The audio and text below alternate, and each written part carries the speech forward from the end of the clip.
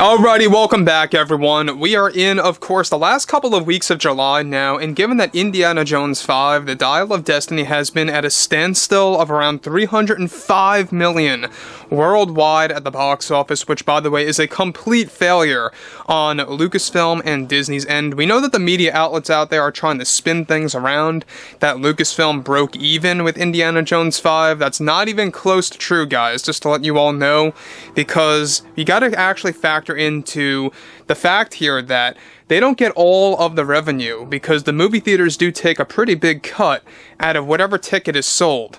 This is Mike Zero. Subscribe if you're new and like this video to see future updates. I'm also on Twitter at Mike01. I thank you all so very much for the great and kind support. And let's get right into exactly what's going on with Kathleen Kennedy. Now, we know individuals like Kathleen Kennedy, Bob Iger, Phoebe Waller-Bridge, all of which have been trying to desperately upsell Indiana Jones 5 and The Dial of Destiny, as well as trying to defend it creatively, as well as the artistic side of this film by James Mangold. Now, we know that Kathleen Kennedy has been giving out all of these false apologies that are very much two-faced in my own opinion, and really kind of just a desperate attempt to save her image as the president of Lucasfilm. Now, we know that there's a lot of drama happening over at Lucasfilm and the Disney board specifically because the board is very divided and very much split over their overall opinion on Kathleen Kennedy. There's a lot of those that want her out, a lot of those that are defending her and want her to stay at Lucasfilm and are only blaming specific things about why Indy 5 failed, including Kennedy herself. Let's get into it. Now, on top of this, with Kathleen Kennedy and Bob Iger dealing with the Indy 5 backlash and box office fallout still to this day, recently, however, Kathleen Kennedy went on to deliver the following about Indiana Jones 5 and its box office failure by, of course, stating the following. I still stand by my opinion that myself, Steven, and James put together a masterpiece of a film that though we didn't meet our goals with our box office projections, we still stand by that this is artistically a better send-off than The Last Crusade. It was a perfect way to end things for good with Indiana Jones. The problem lies with the marketing on our end and the negative word of mouth that was completely unnecessary by disgruntled fans that aren't really even supporters of the franchise. We feel that in reality, it was the loud, opinionated individuals that ruined the experience for others and everyone, and that though I do take full responsibility for our marketing mishap with this film, artistically and creatively, there are near to no flaws with this movie. I still defend the budget that went into this project because it was needed to make it appear visually impressive for our audience on the big screen. Now guys, let me just say one thing about Kennedy here is that she is claiming that she needed $300 million to make this movie visually impressive. Now, they had a very similar budget for Mission Impossible Dead Reckoning, and they built an entire train to actually destroy. They actually had him do an amazing stunt by going off a motorcycle off of a cliff. And yet, you have a thing like Indiana Jones 5 that has a near similar budget of $300 million plus that went into this thing that was an epic disaster. So, yeah, that is 110% Kathleen Kennedy's fault. She is taking the blame for that, but she's also pointing fingers at the negative word of mouth by what she is calling disgruntled fans and unnecessary negative opinions being thrown out there. Look, guys, it's a free country. People can criticize a movie if they want to, and if they don't like what they see, they can say whatever they like. And that goes for all of you too as well. You can say whatever you want to about a movie like this that you feel is completely disconnected from the original trilogy. And yes, I'm not counting Indiana Jones 4. So when we look at everything related to Kathleen Kennedy, Steven Spielberg, James Mangold, I feel that they all had no idea how to treat a fifth Indiana Jones film. That was all because, it had Helena Shaw as like a character at the forefront, calling all the shots, making all the necessary decisions in the actual movie, stuff like that. Something that a lot of fans did not agree with.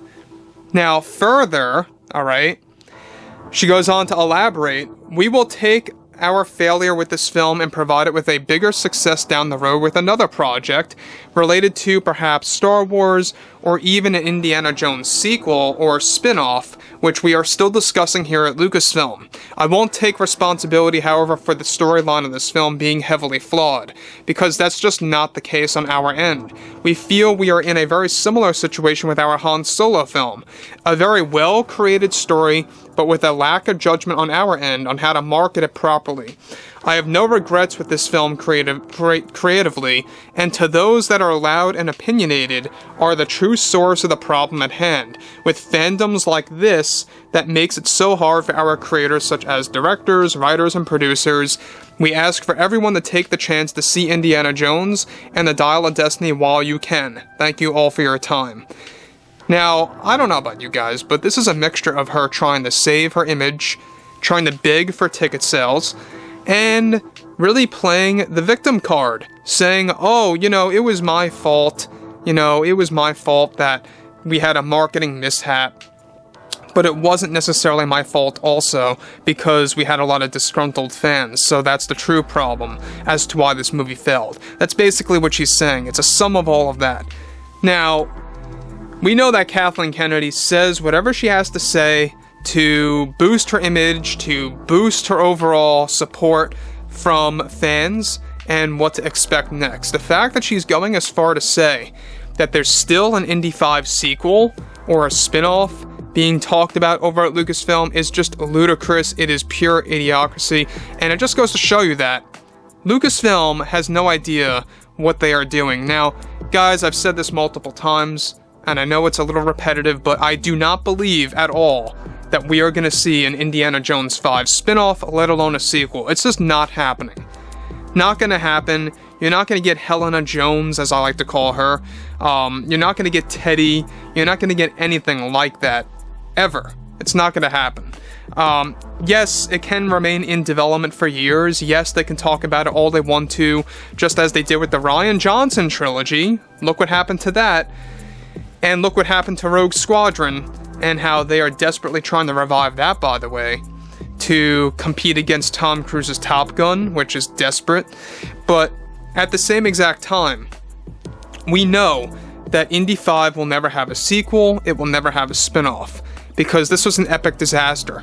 By the way, guys, this is why you did not get a Solo sequel, alright? This is why you did not get a Solo spin-off. And this is also, by the way, why the Lando series is in limbo mode. They just don't know how to work this thing out. And even Donald Glover said a couple of weeks ago that I have no idea what they are doing with this thing or how it's going to be worked out. And they are completely clueless. It's true, guys, with the Lando Calrissian show. So overall, I would really love to hear your take on this below in the comments. What do you think about Kathy Kennedy? What do you think about Indiana Jones 5, if you saw it or didn't see it? And yeah, guys, chime in below in the comments. Let me know what you guys have to say about that. And if you guys did enjoy the content for today, make sure to drop a thumbs up on this video to support the channel, and I will catch you guys next time.